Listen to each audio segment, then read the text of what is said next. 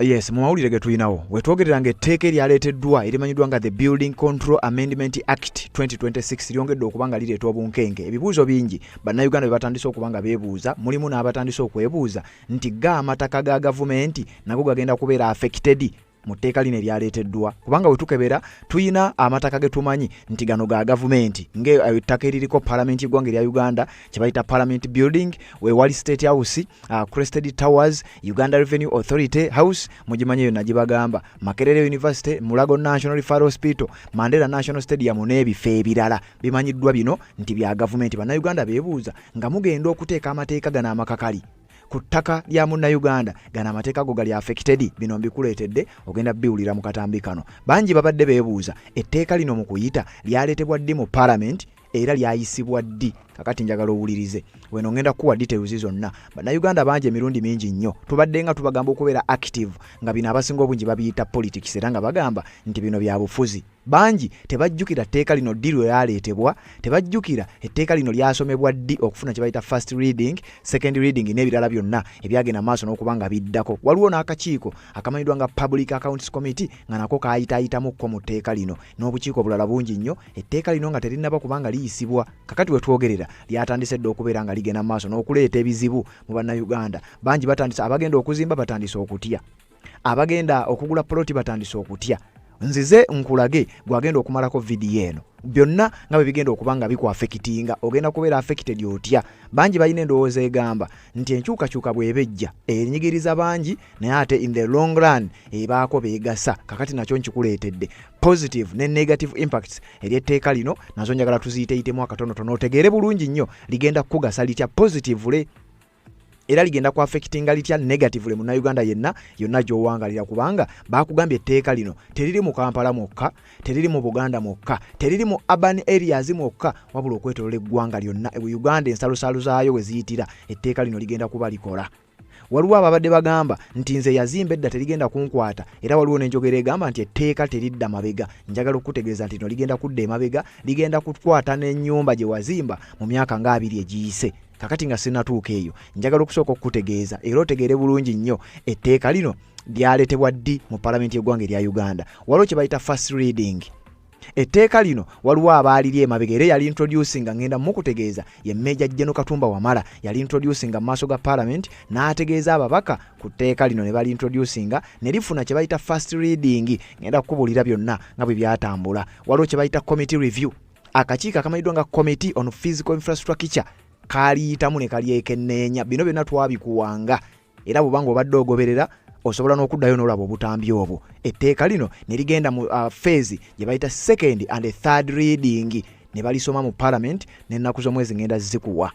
Then ne liyita mu process endala kye bayita presidential assent ye General Kaguta Museveni okuliteekako omukono. Ngenda kuwa etteeka lino process lyonna mwe lyayita n'ebyo bitonotono bye weetaaga ogenda maaso n'okubanga omanya n'engeri gye ligenda okwaffectingamu n'obukiiko bwatuula nga bagenda ogenda maaso n'okubeera nga babiyisa. Bino byonna mbikuleetedde otegeere bulungi nnyo etteeka likukwate ng'otegedde nti likukutte oba si ekyo likutuukeko ng'ate omanyi bye ngenda okuba nga nkutegeeza.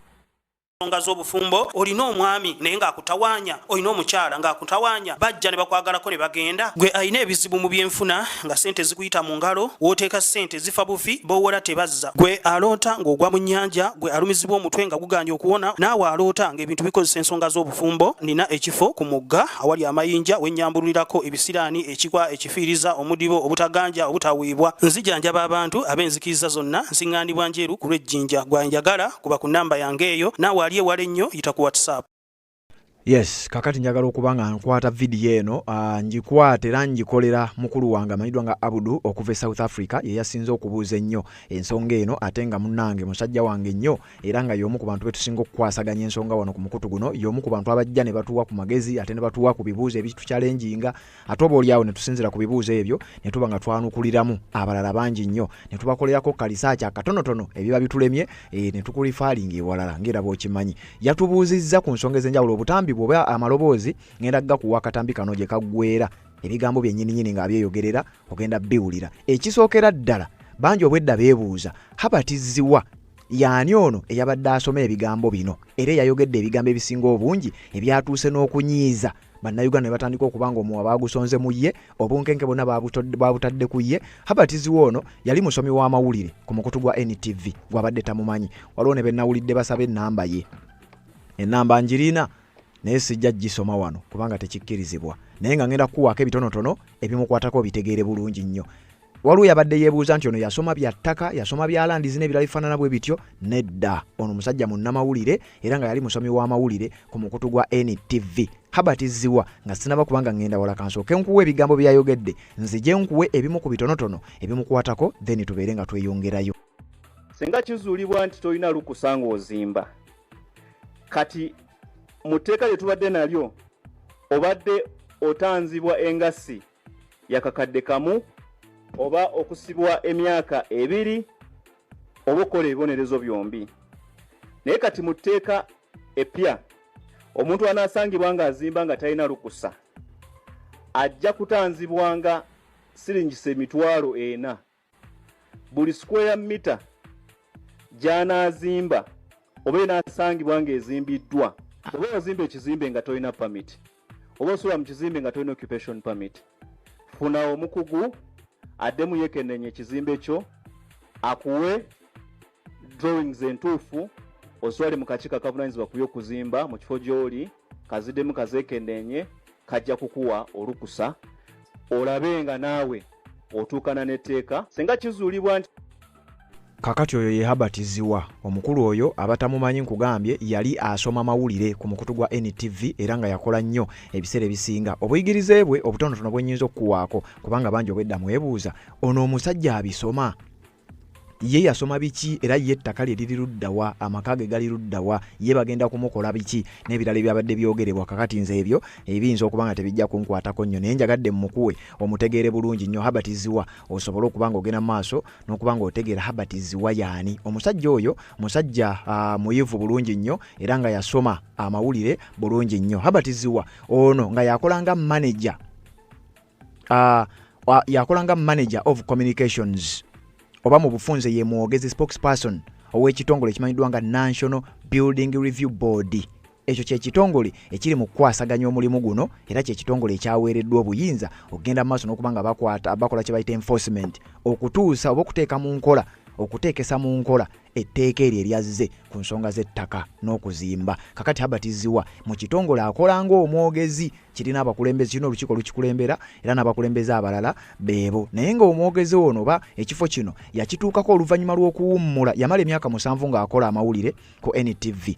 Mu mwaka ogwa 2022 ennaku z'omwezi nga 11 omwezi ogw'e10, Herbert Ziwa yalangirira nga bwannyuse emirimu gy'amawulire era bw'atyo n'agenda ne yeegatta ku kitongole ekya National Building Review Board nga manager communications oba spokesperson ow'ekitongole ekyo era yakyogerera okuva mu mwaka wa 2022 paka olunaku olwaleero. Ono njagala okutegeeza nti yalabikidde nnyo oba yatutumuse nnyo oluvannyuma okuba nti ebigambo ebyo byayogedde era by'owulidde. Herbert Ziwa bye bimu ku bintu byengezaako okugamba omutegere bulungi nnyo. Akola ng'omwogezi era bw'oba ng'oyagala omukulusifayinga osobola okukitegeera nti ono akola nga spokesperson, ayogera bye bamuwadde. Wabula omukulu ono wuliriza, Herbert Ziwa okuzzaako Kemabega secondary oba high school yasoma ku ssomero lye bayita Excel Millennium High School erisangibwa ekyengera bwe liba nga likyaliyo. Eno gye yasomera era gye yamalira secondary ye. Bw'atyo n'agenda neyegatta ku universities ez'enjawulo.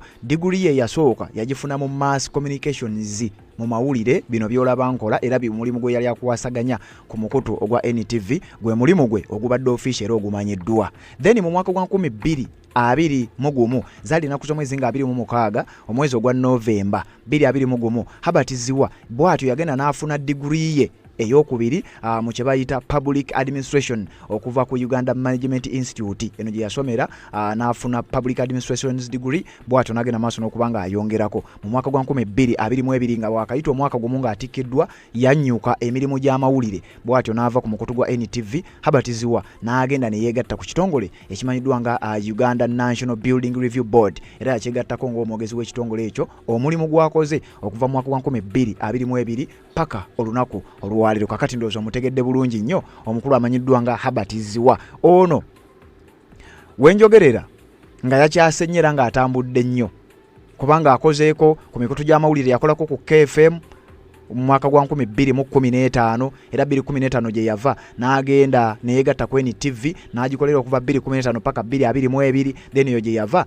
neyegatta ku kitongole ekya National Building Review Board ng'omwogezi waakyo. Bangi babadde tebamumanyi nnyo, abadde amanyikiddwa ng'omusajja munnamawulire naye abasinga babadde awo we bakoma ogenda maaso n'okuba nga bamanya ebingi ebikwata ku Herbert wabula akyase nnyo oluvannyuma lw'okubeera nti yasomye etteeka era yategeezezza bannayuganda ku biki ebigenda maaso n'okuba nga bigenda kubatuukako essaawa yonna singa etteeka lino linaaba litandise. Ate nga wenjogerera etteeka lyandibanga lyatandise dda okugenda maaso n'okuba nga likola, kubanga bannayuganda bangi nnyo tulabye ng'ebizimbe byabwe amayumba gaabwe gatandise okuba nga gamenyebwa mu bitundu by'eggwanga eby'enjawulo. Kakati njagala tutambula empola okusinziira ku kibuuzo ekyatubuuziddwa era ne tasiki eyatuweereddwa okugenda maaso n'okunoonyereza. Etteeka lino lyaleetebwa ku fulo ya paalamenti. Lyaleetebwa ddi? Ani yali introducinga? Lyasomebwa ddi? Bannayuganda mwamanya oba temwamanya? Kakati ku mukutu gwa Red Zone TV wogenda osinziira otegeere etteeka lino oba lyaleetebwa oba teryaleetebwa. Wuliriza. The National Building Control Amendment Act 2026. Etteeka lino lyaliwo libaddengawo sinti lyakajja. Era etteeka lino 2025 ebadde amendment babadde bakolamu ennongoosereza. Si lwe lireeteddwa wabula ennongoosereza bwe zireeteddwa. Lyaleetebwa ku fulo ya Parliament era ne liyisibwa mu mwezi ogw'omwenda omwaka gwa 2025. Bw'obanga obadde ogoberera omukutu guno amawulire ago twagakuwa nti waliwo etteeka lye baleeta ku ttaka era ne tubikunnyonnyolamu mu ngeri entonotono gye twasobola ogenda maaso n'okuba nga tugikunnyonnyola. Bangi tebaategeera, bangi tebaamanya bintu ki ebya details nga bwe twaziwa. Etteeka lino lyagenze officially into effect oba okutandika okukola ng'ennaku z'omwezi 19 omwezi ogwokusatu oguwedde omwaka 2026 guno gwennyini, ng'etteeka lino ligenda into effect oba nga litandika okukola oluvannyuma lwa General Yoweri Kaguta Museveni okuteekako omukono nga kino kyakakasiddwa. Ago amateeka gozzoowulira, ebigambo by'ozzoowulira ku nsonga z'okuzimba byonna nga bwe tubadde nga tubitambuza. Kakati okutandika ennyumba yo olina okuba nga omanye etteeka lino kiki kye ligamba, olina okuba nga ogoberedde buli kimu kye ligamba, kubanga ebizimbe byo byatandise dda okugenda maaso n'okuba nga bikoonebwa, byatandise okudda okuba nga bisuulibwa, nga etteeka lino litandise okugenda maaso n'okuba nga libeera enforced. Kakati wulira, ennaku z'omwezi zaali nga 9 omwezi ogwokuna omwaka gwa 2025. Bino n'ebintu birudde bw'obanga obadde ogoberera oyinza oba nga obimanyi. First reading etteeka lino lyafuna oba ebbago lino lyali likyali bbago by then, lyafuna kye bayita first reading. Wano nga bakugamba the bill was formally introduced to Parliament by the Minister of Works and Transport, Major General Katumba Wamala. Omukulu Major General Katumba Wamala ye yasooka okuintroducinga etteeka lino ku fulo ya Parliament nti tulina etteeka lino era njagala owulirize bantu ki nga tonna siri mu kuwolereza Herbert Ziwa, naye ate njagala okutegeeza nti Herbert Ziwa yasomye byamuweereddwa kitongole kyakolera, wabula waliwo abavunaanyizibwa ku tteeka lino kati bendi mu kukuwa otegere bulungi nnyo ensibuko yaabyo n'ebirala byenjo sobola okuwaako ebitonotono. Major General Katumba Wamala ye yasooka okuintroducinga etteeka lino ku fulo ya Parliament. Zaali ng'ennaku z'omwezi 9 omwezi ogwokuna omwaka gwa 2025. Ngono ye Minister ow'ensonga za Works and Transport, Major General Edward Katumba Wamala ye muntu asookerwako kubanga ye yaintroducinga etteeka lino. Oluvannyuma lw'okulintroducinga yalitwala nerigenda nerisindikibwa mu kakiiko akamanyiddwa nga Committee on Physical Infrastructure, nga kano ke kakiiko akaakola kye bayita committee review era ne bakola kye bayita scrutiny, ne balyetunulamu ne balyetegereza. Ababaka bengenda okusomera be batuula ku kakiiko kano. Kino kitegeeza bano bali 100% responsible ku tteeka lino kubanga batuula nabo ne batuuka okukkiriza kyekyamazima etteeka lino ligwanidde era ne balireka ligende maaso n'okuba nga liyisibwa. Akakiiko akamanyiddwa nga Committee on Physical Infrastructure be batuula oluvannyuma lw'etteeka. Uliriza bulungi nnyo amannya g'enkuwa. Etteeka mu Parliament lyasooka kusomebwa oba okuintroducingibwa Edward Katumba Wamala, then ne balisindika mu kakiiko kabere nga kalyekenneenya, akakiiko ne kalikkiriza etteeka libere nga likubaganyizibwako ebirowoozo. Abatuula ku kakiiko be baani? Era bano be bagamba nabo bano Katumba Wamala wabanga ali 100% avunaanyizibwa ku tteeka eryo. Kakati na bano bengenda okusomera bavunaanibwa ku tteeka lino. Wuliriza, Akakiiko akamanyiddwa nga Committee on Physical Infrastructure mu kaseera kano kaliko abantu bano wammanga. Akakulira ye Honorable Dan Kimosho atwijukire, ono mubaka wa NRM akiikirira Kazo Kaunti. Kuliko deputy chairperson Honorable Tony Awani wa NRM akiikirira Noya Kaunti. Kuliko Honorable Agaba Asia wa NRM akiikirira Bugangaizi East Kaunti. Kuliko Honorable Byanyima Nathan wa NRM akiikirira Bukanga North Kaunti. Kuliko Honorable James Kaberuka wa NRM akiikirira Kinkizi West Kaunti. Kuliko Honorable David Kabanda mumumanyi bulungi nnyo wa NRM akiikirira Kasambya Kaunti. David Kabanda mumumanyi ate nga oba ye Secretary General wa PLU. Kuliko Honorable James Boliba Baba NRM akiikirira Koboko Kaunti. Kuliko Honorable Mariam Naigaga NRM akiikirira Namutumba ng'omubaka omukyala. Kuliko Honorable Samuel Okwir NRM Moroto Kaunti. Kuliko Honorable Stella Atyanga ono naye wa NRM akiikirira Moroto. Akiikirira Moroto district ng'omubaka omukyala. Kakati njagala okugamba ebigambo bino ku kakiiko kano okusinziira ku ngeri nga gye katambulamu. Akakiiko kano tekuliiko mubaka wa opposition n'omu. Eya introducing etteeka yali Major General Edward Katumba Wamala ne balireeta ku floor ya parliament. Then etteeka ne balisindika mu kakiiko kano kalyekebejje era bakole kye bayita scrutiny ne bakikola. Era akakiiko konna nga bwe katuula bwe nkakusomedde tekuli mubaka wa opposition awo wondooza ne babanga newankubadde ng'ate mu kuliyisa mu parliament babaamu era twabikusomera wabula nkuwadde list ey'ababaka abaatuula ku kakiiko akaapuruvinga etteeka lino. Ekyo kimu era wo njagala okutegeeza nti awo tumazeewo. Kakati otegedde bulungi nnyo akakiiko nkugambye etteeka lyali introduced nga mwenda ogwokuna 2025 Katumba Wamala ne bakazi ne balisindika mu Committee on Physical Infrastructure for Scrutiny ne bagukwasaganya bulungi nnyo ogwo. Second and third reading etteeka lino lyafuna kye bayita lyasomebwa omulundi ogwokubiri n'ogwokusatu nga balikomezaawo ku floor ya parliament. Bagamba the bill returned to the floor of parliament for debate. Wano baba balireesa babaka bakubaganye ebirowoozo, abaliwakanye, abalikkiriza balikkirize, era bino twabikuwa. Zaali ennaku z'omwezi 3 omwezi ogw'omwenda omwaka 2025 etteeka lino ne likomezebwawo mu parliament second and third reading wamu n'ababaka ba parliament ogenda maaso n'okubanga balikubaganyako ebirowoozo, era kino kyakolebwa.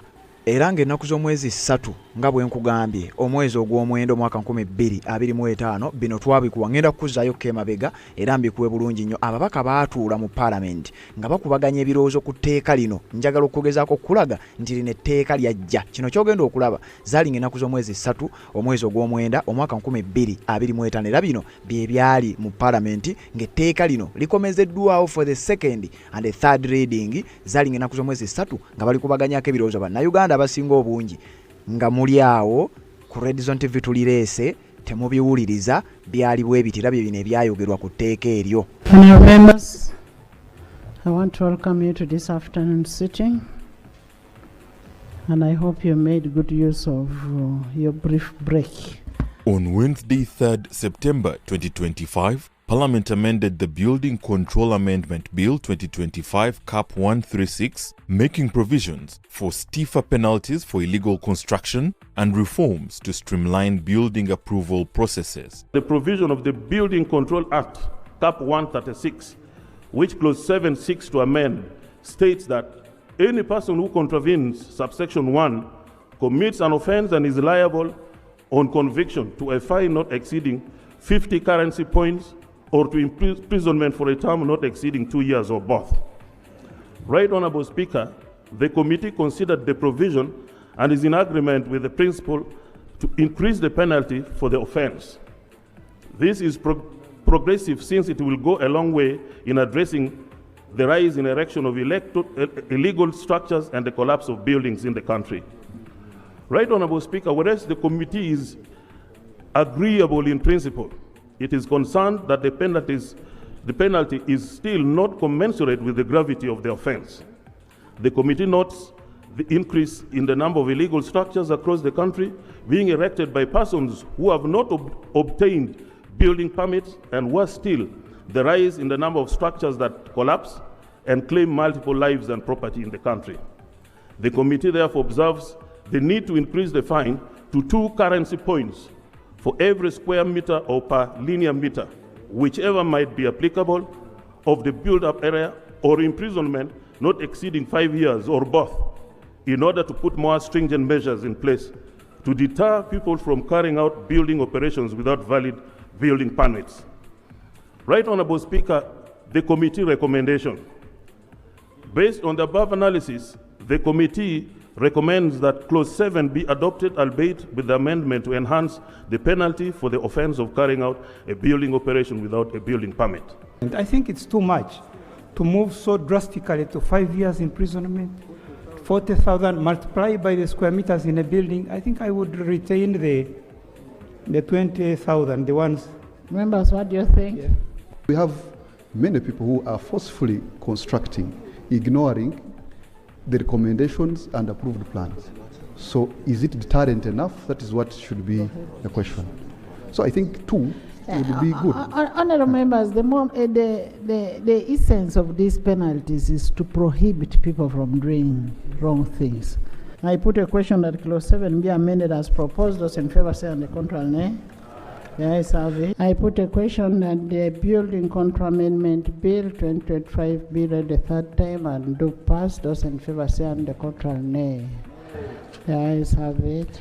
A bill for an act titled the Building Control Amendment Act 2025.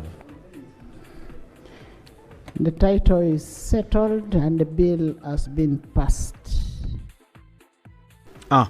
Anita Mongo n'akikubawo era n'akugamba nti eyo ensonga ewedde and the bill has been passed. Etteeka lyali limaze okuba nga liyisibwa. Anita Amongo n'ateekako sitampu n'ebigambo n'abyogera n'ategeeza nti etteeka limaze okukakasibwa nti limaze okuba nga liyisibwa. Ekyo oba akatambi ako k'enkulaze zaalinga ennaku z'omwezi 3 omwezi gwali gwa 4 no zaalinga ennaku z'omwezi 3 omwezi gwali gwa December September omwaka 2025 era etteeka eryo awo lyali limaze okuba nga liyisibwa. Ne tujja amawulire ne tugakuwa ku sipiidi ekika ekyawaggulu ng'era bw'omanyi ku Redzone TV ffe tutera ogenda maaso n'okuba nga tukola era twakusomera ekiwandiiko kino. Njagala okuzzaayo ko emabega akakiiko aka committee physical infrastructure ke kaayisa oba ke kaatula ne bakola scrutiny ne basoma ebintu ebyo ne bigenda maaso n'okuba nga biyisibwa. Oluvannyuma lwa paalamenti okuliyisa, ekyaddirira yali General Kaguta Museveni kugenda maaso n'okubeera nga ate aliteekako omukono era etteeka eryo ne litandika okukola newankubadde nga kati abasinga obungi bwe mulitegedde lyatandika okukola ng'ennaku z'omwezi 19 omwezi ogwokubiri omwaka 2025 kuba ekiwandiiko ekyava ku official website eya State House, kubanga State House erina official website era official website eyo tugijjangako ebintu ebiri official. Baatugamba bwe bati ekiwandiiko ekyo ndabika nakikusomerako gye buvuddeko wemba nga sserabidde nga nkutegeeza nga Munnayuganda nti etteeka liyise era limaze okuba nga lisayiningibwa. Ulira bwe baatugamba General Kaguta Museveni baagamba nti President Yoweri Kaguta Museveni nze jja kundeka nsome byensoma has today assented to 3 key pieces of legislation aimed at strengthening regulation in Uganda's construction, housing, finance and valuation sectors. Ku lunaku olwo nga 19 ogwokubiri 2026 nga twakava mu kalulu omusajja ono yateeka omukono ku mateeka gaali ga mirundi 3 gaali mabago oba zaali bills then nezifuuka act nezigenda into effect. Yasayininga kye bayita Building Control Amendment Act olwefuuse lifuuse etteeka ku lunaku olwo. N'asayininga kye bayita the Mortgage Refinance Institutions Act. N'asayininga kye bayita Valuation Act 2025 mu State House. Kakati ekyo nga kabonera akalaga nti ago officially gaali gamaze okubeera nga gafuuka amateeka agajjudde. Kakati gwampuliriza otegedde bulungi nnyo. Details nzirina wano etteeka lyonna mu bujjuvu bwaliyo Building Control Amendment Act ndirina lyonna nga bwe lyagenda maaso n'okuba nga liyisibwa era bwoba olina woyagala okusoma otegeere bulungi nnyo ojja kujja mu inbox tubeere nga tubyogera buli kimu ogende maaso n'okubeera ng'okitegeera. Kakati njagala okutegeeza nti etteeka lino mukadde kano liri mu kukola era liri into effect lya ddembe okubeera nga likozesebwa oba abali enforcing baddembe okubeera nga mukadde kano batandikirawo ogenda maaso n'okuba nga bakozesa etteeka nga bwe ligambibwa okubeera nti bwe lyayisibwa Parliament ey'eggwanga erya Uganda mu mwezi ogw'omwenda omwaka gwa 2025. Kakati gwatandaba kubanga otegeera etteeka lino tugenda kwongera okujja okubeera nga tulitemaatema okwawuka oba okwongereza ku bigambo byahabatiziwa ngagezaako ogenda maaso n'okunnyonnyola bannayuganda bangi beebuuza nti kakati bano bo ebyabwe byo bikwatiddwako.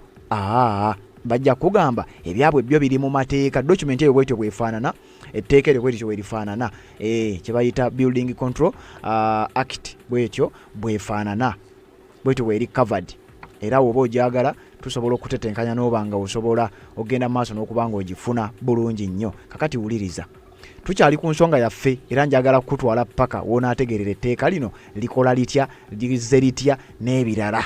Wuliriza ba officials abali involved mu tteeka lino nga nkyaba kugamba nkuwadde ebya Parliament. General Edward Katumba Wamala ye ya moving a bill for its first reading. Honorable Fred Byamukama ono nga State Minister for Transport ono ye yatebolinga bill before the House. Abo babiri kuliko Honorable Tony Awanyi ono mukugambye atuula ku kakiiko Committee on Physical Infrastructure nga bwe nkwa kusomedde konna. Kuliko Right Honorable Anita Amongo ono ye speaker eyakubiriza Parliament eyo era ye yakonamu sitampu yeyakkiriza etteeka eryo. Kuliko Honorable Thomas Tayebwa ono Deputy Speaker era ye yalifaalinga bill mu kakiiko. Ompulidde bulungi mukosi bino byawule era njagala wano nkunnyonnyolewo bulungi. Olunaku Parliament lwe yatuula ne baleeta etteeka lino for the first reading Katumba Wamala nga alireese n'oli munne nga bali introducinze yali Thomas Tayebwa eyalikkiriza n'alisindika mu kakiiko. Then ate akakiiko nga kamaze okuteesa n'okubaganya ebirowoozo yali Anita Amongo eyalikkiriza eyaliisa eyalikkiriza. Kakati abo bonna nga wemba kugambye bavunaanyizibwa ku tteeka eryo. Oba oyagala genda mu kooti ng'oli wakanya abantu ab'okuloopa ng'ogyeka nkuwadde lisiti y'abatuula ku kakiiko naye bano gy'emitwe emikulu: Major General Edward Katumba Wamala, Honorable Fred Byamukama, Honorable Tony Awanyi, Honorable Anita Amongo ne Thomas Tayebwa. Abo be gy'emitwe emikulu bw'oba osookerako ng'ogenda mu kooti. Ezimu ku changes kubanga gwali etteeka lyabaddewo. Wuliriza bongeddemukko ku bibonerezo etteeka libaddewo ne bongeramukko n'obuyinza obw'okudemolishinga.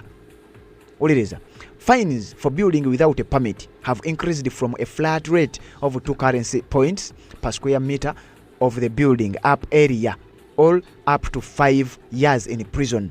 Ekibonerezo ekyokusanga ng'omuntu ozimba nga toyina permit bakyongeddeko ekibeera kya myaka 5. Kyowulidde Honorable Rafael Magezi wadde nga wa NRM naye omuwulidde ng'agezaako kiwakanya mu katambi ako ke twakuwa gye buvuddeko. Yagezaako kukiwakanya ng'agamba bannange ekyo ekibonerezo nga kiba kisusse naye teyawulirizibwa era ensonga ye teyayitawo tebyagenda nga bwe yali asuubira etteeka ne liyita.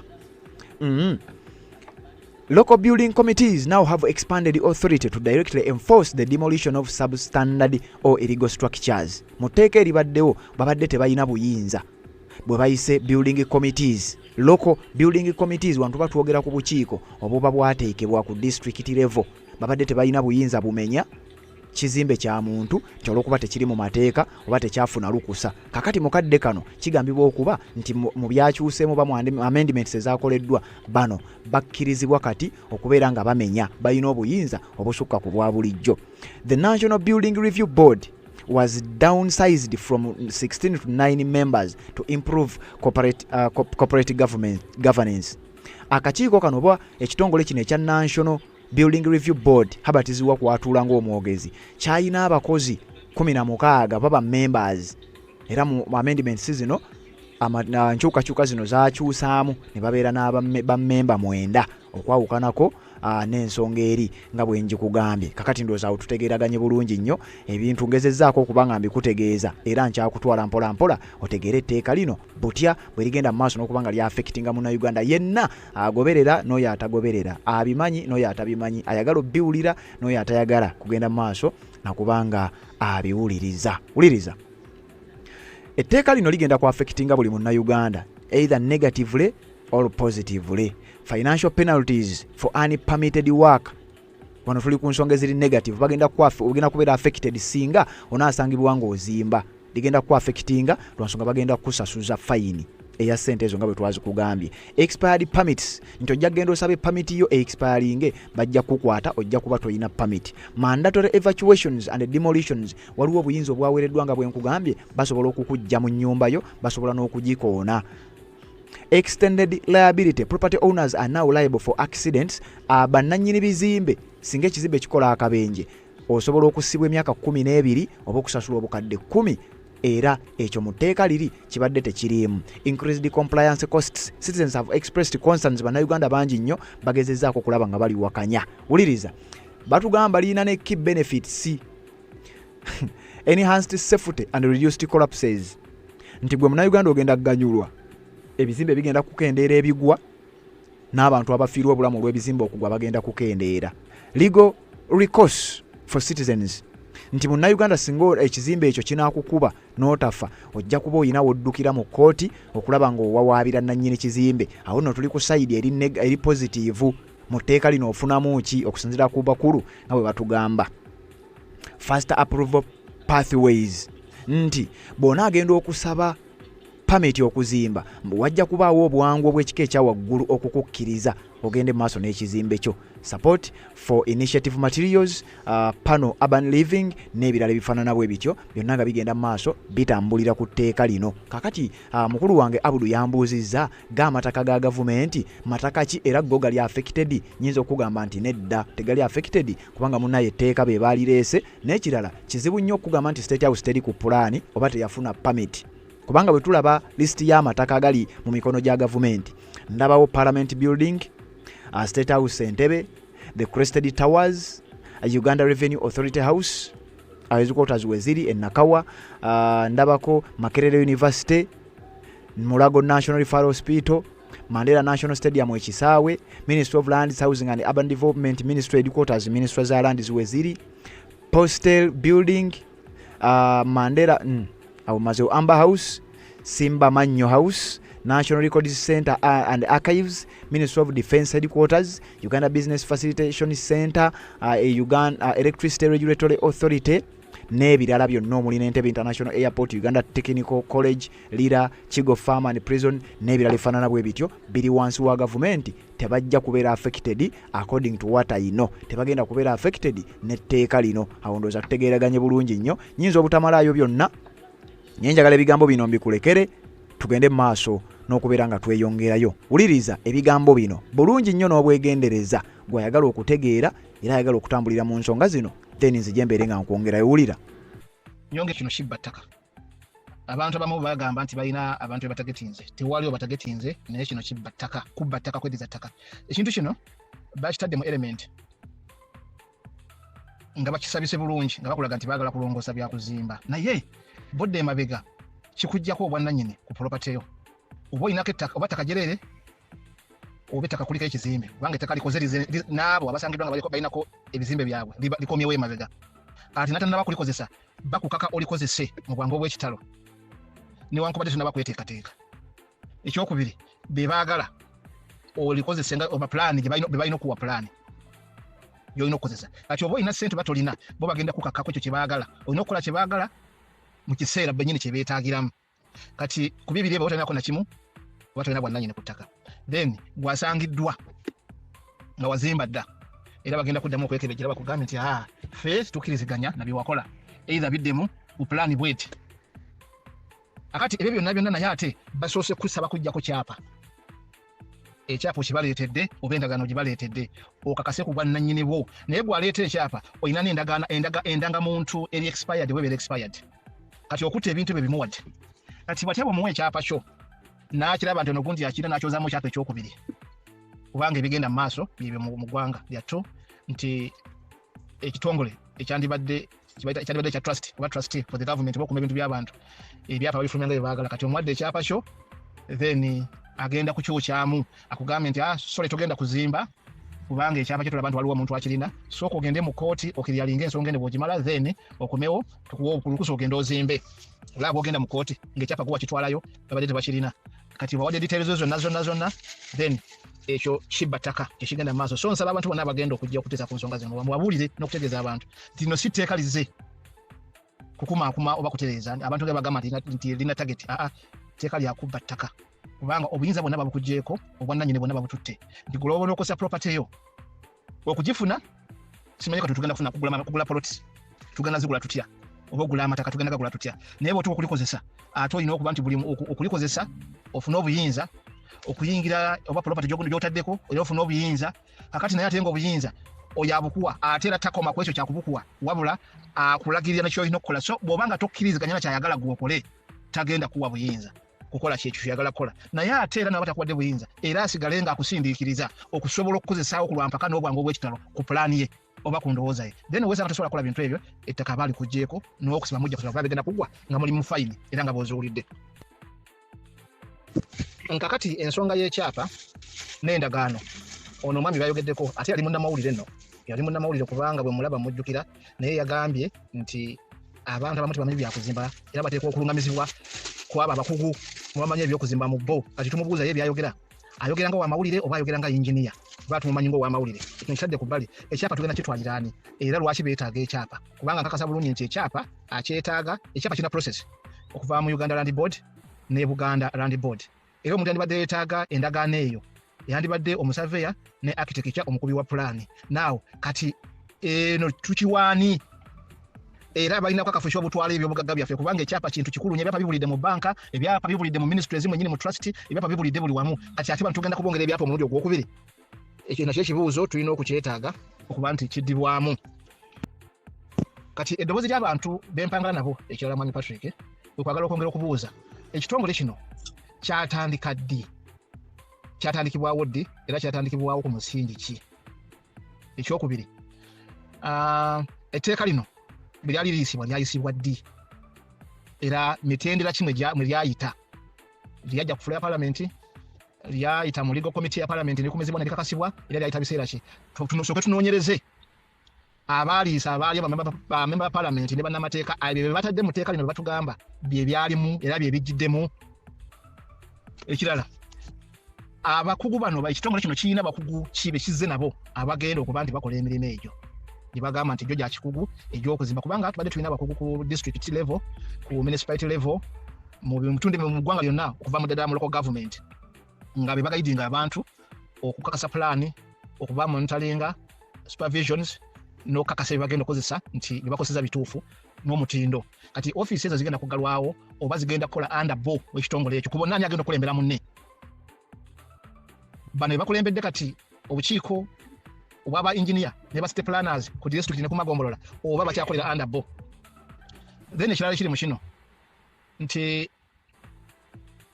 abaleeta amateeka gano basinziira kuki okuleeta amateeka gano nti gaali geetagisa kubanga ensonga gye basinza okuwa bagamba nti abantu ebizimbe bikuba abantu naye accident z'ebizimbe mu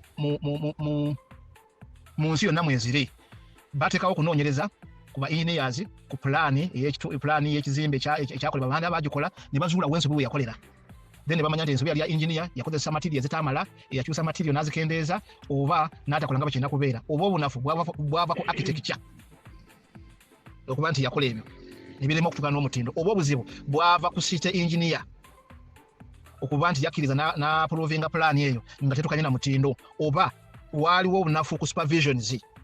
Ate era tulowooza nti obukiiko obubadde bwebuli nga bwagala bunyweza twagala otukolera okunoonyereza ebyo byavuddewo kati bwebanga bivuddewo obanga tebikoze bulungi kyekireetese etteeka lino era ba abakugu b'ekitongole kino bagenda kubanga ba engineer baba babajjawa n'obukugu. Then ekisembayo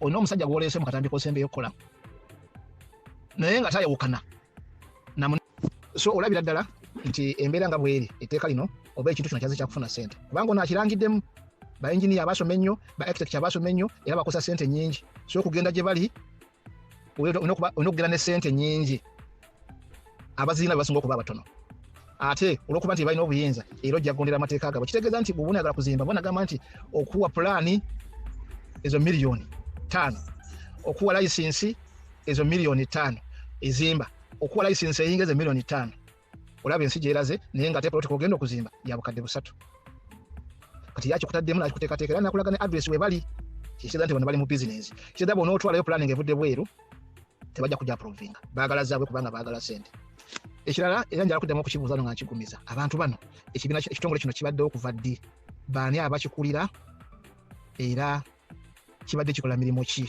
era bwe kizza okukola emirimu gino obunafu bubadde luddawa bwe basanze kubanga baddidde obunafu bwa gavumenti ne babufuula obw'abantu ekintu ekisinga okuba ekyobulabe nti gavumenti eyandibadde eteekateeka era ng'erina abakugu ku buli nsonga yonna kakati ate etandise kunyigiriza abantu ngeringa agamba nti abantu bamenya amateeka naye ng'ekyamazima tukimanyi bulungi nti ne bw'ogenda awantu wonna wonna katugambe mu Wakiso district tewali muntu ataddewo kayumba nga tatuuseeko kugombolola era buli akazimba n'oba toyogedde oba oliawo nga batuuse babateeka ku mpingo wirubalo nga bazitwala buli kimu nga bakitwala era nga bakuyimiriza okukola kati ku bibiri ki ekivuddewo basite engineers basite planners ekyokubiri National Planning Authority yeekola ddi bakiraka kino ekitongole kirina ebintu bikigenda okugirawo ddala nti bigenda kuddamu kuleka twala tumanye kyo kigwa mu kategole ki kiri mu ministry eyo ey'ebyenkulaakulana kigenda kutambulira wansi waliko gavumenti oba kyo kyekiri ku top abakugu baakyo be baani era bo bagenda kukola njawulo kyekirala otwagala otukolera okunoonyereza era okwokubiri tuzuule byo ebya gavumenti anabivunaanyizibwako ebya gavumenti anabivunaanyizibwako naddala nga ku nguudo simanyi bali ku mayumba gokka naye tulaba enguudo tulaba amalwaliro amayumba g'amagye amayumba ga poliisi ebyo byonna ani abivunaanyizibwako byo etteeka libiruŋŋamizza litya kubanga tosobola kukwata tteeka n'olitunuuliza abantu ku bulagajjavu bwo so batugaziyirize batunoonyereze naye ekirala oyo muvubuka bamuyita batya Robert Ziwa asoma amawulire ekirala kyembadde nerabidde Robert Ziwa atubuulidde alina wabadde ayogererawo ng'ayogera nti oyinza kwagala ekizimbe oteekeko air condition oteekeko amasannyalaze n'ebirala kakati omuntu yenna agenda okuzimba ekizimbe oba okuzimba ennyumba ng'okimanyi bulungi nti ennyumba gy'ogenda okuzimba mu kitundu ky'ogenda okuzimba mwetaaga amazzi mu nnyumba pulaani egirako ey'ebinaabiro eya toilet septic tanka okusinziira ku bunene bwa poloti yo ne bw'oyagala kibeere amasannyalaze naawe it is compulsory galina okubaako ago tebagawula na nnyumba kati air condition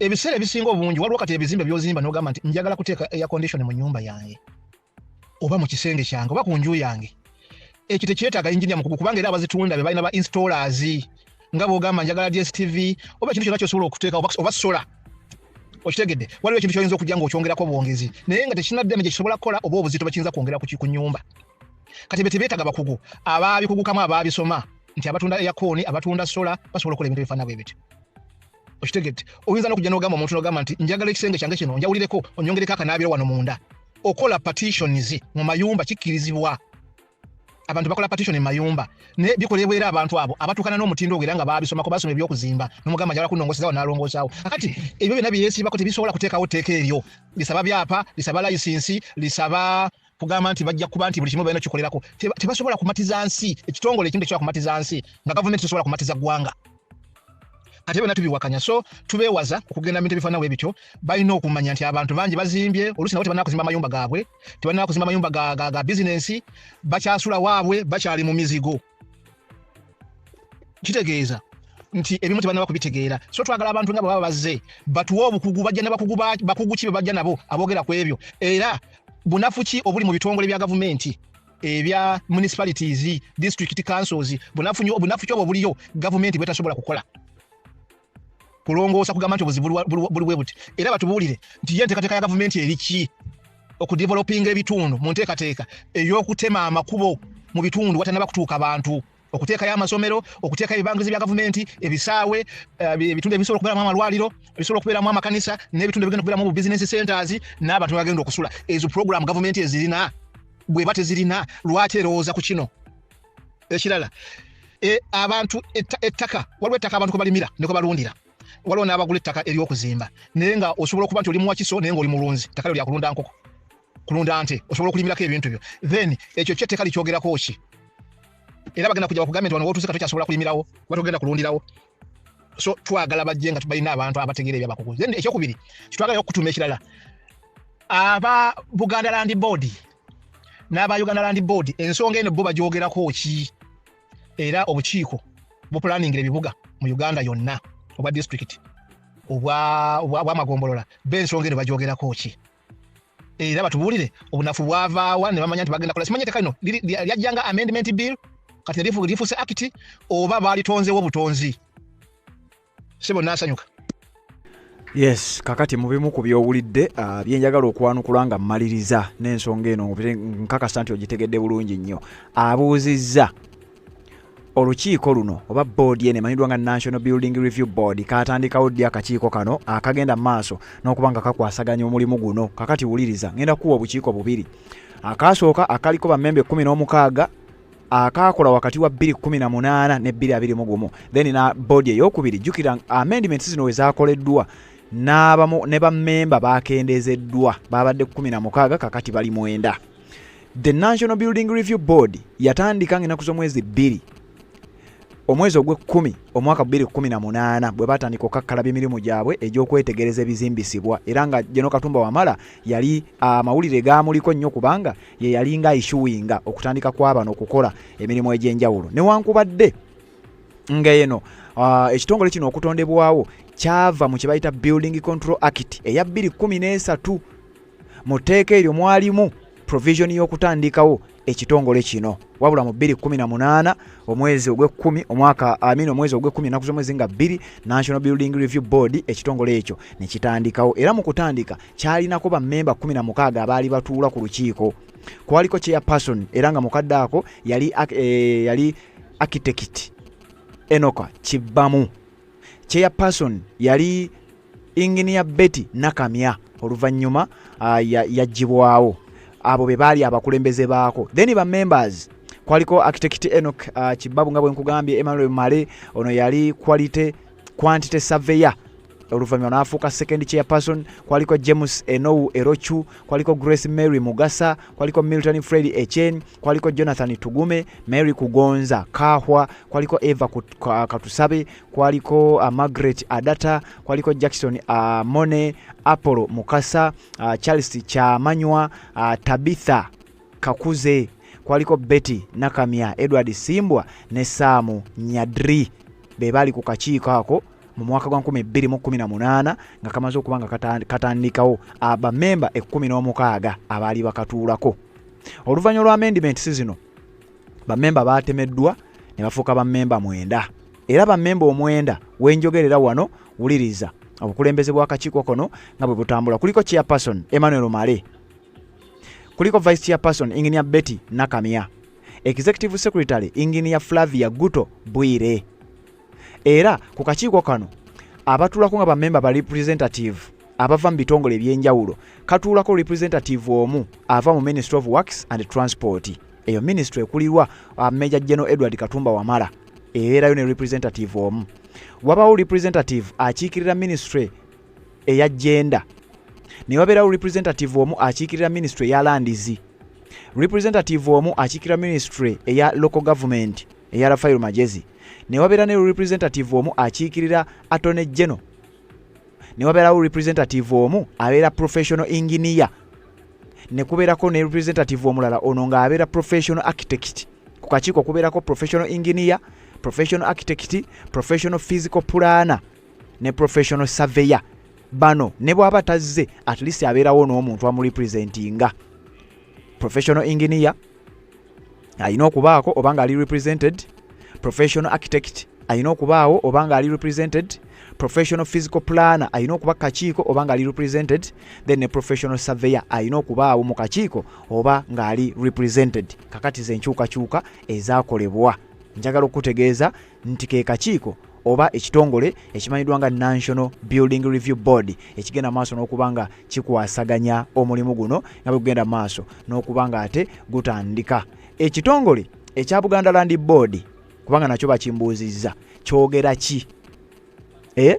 Ekitongole okusookera ddala kisupportinga the National Building Review Board mandate for safety. Ekitongole kino kisupportinga general issue ey'okubeera nti ekitongole kino ekya njogera ku Buganda Land Board BLB ekkiriziganya n'ekitongole kino ekya National Building Review Board okubanga bwe kiri existing. Mpuliriza bulungi.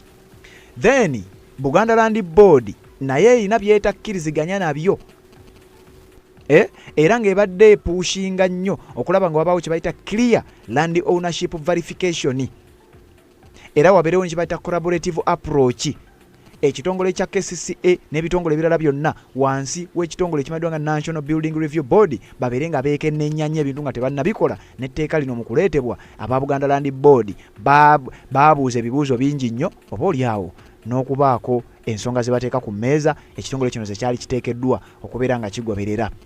The Buganda Land Board has explicitly called for collaboration with authorities like KCCA to ensure that all developments on Kabaka land and other areas in Kampala are legal and compliant with the building standards. They have noted that many developers build without approved plans, which they want to curb through better institutional coordinations. Uliriza, ekitongole ekya Buganda Land Board kibadde kisupporting enteekateeka ya National Building Review Board gyebadde erina. Enteekateeka eyo yeeriwa nti naddala mu bitundu eby'omu kibuga Kampala naddala okwetooloola akayanja ka Kabaka mbu waliwo abantu bangi ababadde nga bazimba pulaani zaabwe teziri approved, tebalina lukusa luzimbawo naye ate babadde nga bazimba. Kakati mbu Buganda Land Board wano yandibanga naye webadde ejjiramu ng'egamba nti enzimba ebiseera ebisinga etalina pulaani kubanga pulaani tekkirizibwa. Enzimba eyo ebiseera ebisinga ebadde yafekitinga endabirira y'akayanja ka Kabaka. Kakati kyekyo kyokka ekitono kyenyinza okugamba nti Buganda Land Board kiki kyeyinza okuba nga ebadde eyogerako. Ebirala byesobodde kubeera nga nkolako okunoonyereza okutonotono nja kutegeeza nti tujja genda maaso n'okuba nga tubikwasaganya mu ngeri emu oba endala, naye ng'ekyo kyekitonotono kyensobodde sofa okugira nga tukwasaganya okutegeera obulungi ennyo ensonga eno ey'ekitongole ekya National Building Review Board egenda maaso n'okuba nga ebobbya bannayuganda omutwe. Bannayuganda bali mu kweraliikirira, abantu tebamanyi kiddako, naye tujja genda maaso n'okuba nga tubeerawo buli kimu ekyetaagisa okuba nga tukikutuusaako tujja kukikutuusaako. Gwe sigala ku mukutu guno n'emikutu emirala kwe tusinzira ogenda maaso n'okuba nga tukuweereza ensonga oyongere ogenda maaso n'okugitegeera. Ensonga z'obufumbo olina omwami naye ng'akutawaanya, olina omukyala ng'akutawaanya, bajja ne bakwagalako ne bagenda. Gwe alina ebizibu mu byenfuna nga ssente zikuyita mu ngalo, w'oteeka ssente zifa bufi b'owola tebazza. Gwe aloota ng'ogwa mu nnyanja, gwe alumizibwa omutwe nga guganye okuwona, naawe aloota ng'ebintu bikozesa ensonga z'obufumbo. Nina ekifo ku mugga awali amayinja wennyambululirako ebisiraani, ekikwa, ekifiiriza, omudibo, obutaganja, obutaweebwa. Nzijanjaba abantu ab'enzikiriza zonna, nsiŋŋaanibwa njeru ku lw'ejjinja. Gwanjagala kuba ku nnamba yange eyo, naawe ali ewala ennyo yita ku WhatsApp.